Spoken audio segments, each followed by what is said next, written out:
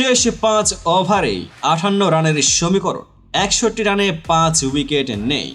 Finishing লাইনে পৌঁছানো প্রায় অসম্ভব, কিন্তু তখন মাঠে ছিলেন মাহমুদুল্লাহ রিয়াদ, অভিজ্ঞতার অপর নাম।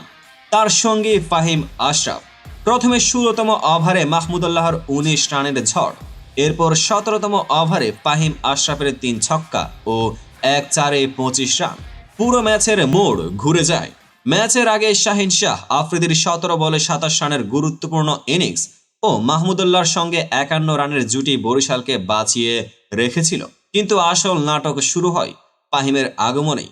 21 বলে 54 রানের বিধ্বংসী ইনিংস খেলা ফাহিম ম্যাচ শেষে বললেন, মোহাম্মদ ভাই অর্থাৎ মাহমুদুল্লাহ সত্যিকারের জাদুকর। ক্রিজে যাওয়ার পর তার প্রথম কথায় মনে হলো আমরা জিতব। তিনি বললেন, শুধু উইকেটে টিকে থাকো, তারপর সব সহজ হয়ে যায়। অন্যদিকে মাহমুদুল্লাহ তার 26 বলে অপরাজিত 56 রানের ইনিংসে পুরো ম্যাচেই মোড় ঘুরিয়ে দেন।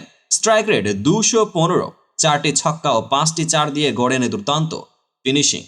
দ্বিতীয় ইনিংসে পিচ ব্যাটিং সহায়ক হলেও এই দুজনের ব্যাটিং ছিল স্নায়ুচাপ নিয়ন্ত্রণের আদর্শ উদাহরণ। 11 বলে হাতে রেখেই ডিফেন্ডিং চ্যাম্পিয়নরা জয়ের বন্দরে পৌঁছায়। এটাই মাহমুদুল্লাহ ম্যাজিক। আর ফাহিম আশরাফ, তিনি বললেন এটা টিম ওয়ার্ক। তবে মাহমুদুল্লাহ ভাইকে ক্রেডিট দিতে হবে। নাটকীয় সূচনায় বরিশালের এই জয় যেন নতুন আসরের বার্তা। ফাহিম আশরাফের এই মন্তব্য আপনাদের কার কেমন লেগেছে অবশ্যই কমেন্ট বক্সে জানাতে ভুলবেন না। দেখা হবে পরবর্তী আপডেটের ভিডিওতে।